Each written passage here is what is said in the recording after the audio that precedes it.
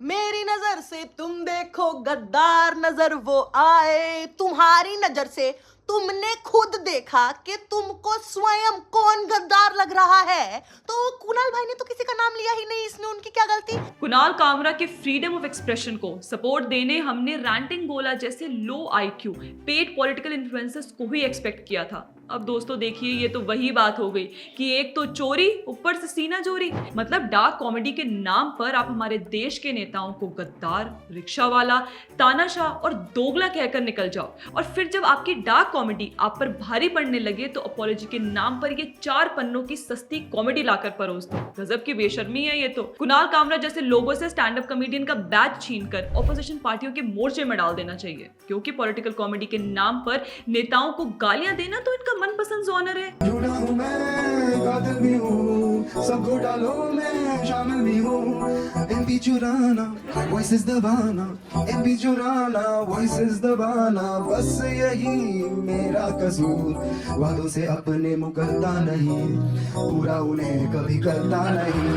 तानाशाह ओ तानाशाह, तानाशाह ओ तानाशाह। और जब इनकी इसी कॉमेडी पर इन्हें डंडे पड़ने लगते हैं तो फिर ये फ्रीडम ऑफ स्पीच खतरे में है वाला रोना गाना करने लगते हैं। वही रोना जिनकी ब्रांड एम्बेसडर स्वरा और अरफा बीबी भी है। तो दोस्तों, ये लोग जो आज महाराष्ट्र के मुख्यमंत्री एकनाथ शिंदे पर हुई भद्दी कॉमेडी को फ्रीडम ऑफ स्पीच खतरे में है वाला नैरेटिव देकर कुणाल कामरा जी की जी हजूरी कर रहे हैं। देखिए, हम किसी भी प्रकार के वॉयलेंस का समर्थन नहीं करते, पर कुणाल कामरा की सो कॉल्ड कॉमेडी और उसके बाद के रिएक्शन से ऐसा लगता है कि कुणाल सिर्फ एक बिटर इंसान है जिसको लगता है वो अगर स्लो मोशन में भी बिना कोई एक्सप्रेशन के मोदी विरुद्ध कुछ भी बोल देंगे तो वो कॉमेडी हो जाएगी। भाई देखो, तुम्हारे जोक्स भी तुम्हारी तरह ठकेले हैं। थोड़ा तो क्रिएटिव बनो कि किसी और को तुम्हें कॉमेडियन बोलने में कोई संकोच ना हो। और ये फ्रीडम ऑफ एक्सप्रेशन के वॉरियर बने जो लोग घूम रहे हैं, वे ये कैसे भूल गए कि ये इंडिया अलायंस की पार्टी और उनके नेताओं ने जो फ्रीडम ऑफ एक्सप्रेशन की धज्जियां उड़ा रखी है, जिसकी बात हम आज अपने इस वीडियो में करेंगे।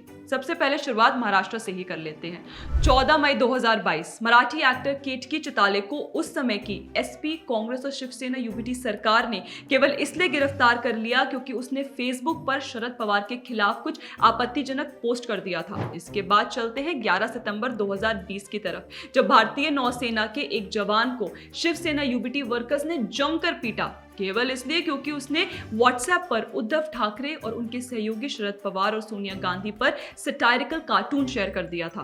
अब आपको 25 अक्टूबर 2020 का भी एक किस्सा बताते हैं कि एक सोशल मीडिया इन्फ्लुएंसर ने पूर्व मुख्यमंत्री उद्धव ठाकरे और आदित्य ठाकरे की तस्वीर पोस्ट करके कुछ आपत्तिजनक टिप्पणी कर दी थी। पहले उसके खिलाफ एफआईआर दर्ज हुई और फिर 2022 में उसे गिरफ्तार कर लिया गया।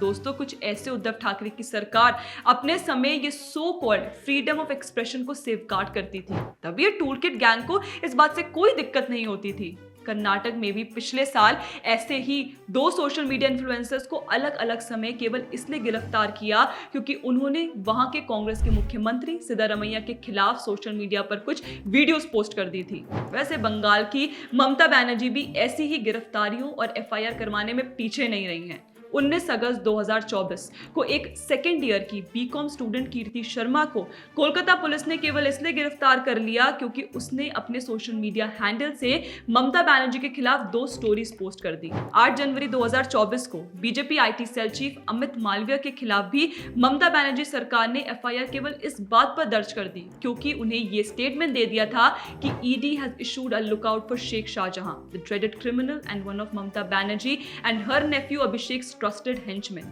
He is wanted for among other crimes in the massive Russian scheme. उससे पहले 2022 में तुहीन मॉन्डल नाम के एक सोशल मीडिया इन्फ्लुएंसर को कोलकाता पुलिस ने उसके घर से इसलिए उठा लिया क्योंकि उसने ममता बनर्जी की स्पीच को लेकर कुछ मीम्स पोस्ट कर दिए थे। खैर, चलिए हम आगे बढ़ते हैं और आपको पिछले ही हफ्ते यानी 13 मार्च 2025 का एक किस्सा सुनाते हैं। तेलंगाना कांग्रेस मुख्यमंत्री रेवंत रेड्डी पर एक अपमानजनक टिप्पणी वाली वीडियो को सोशल मीडिया पर 2 महिला जर्नलिस्ट ने क्या पोस्ट कर दिया।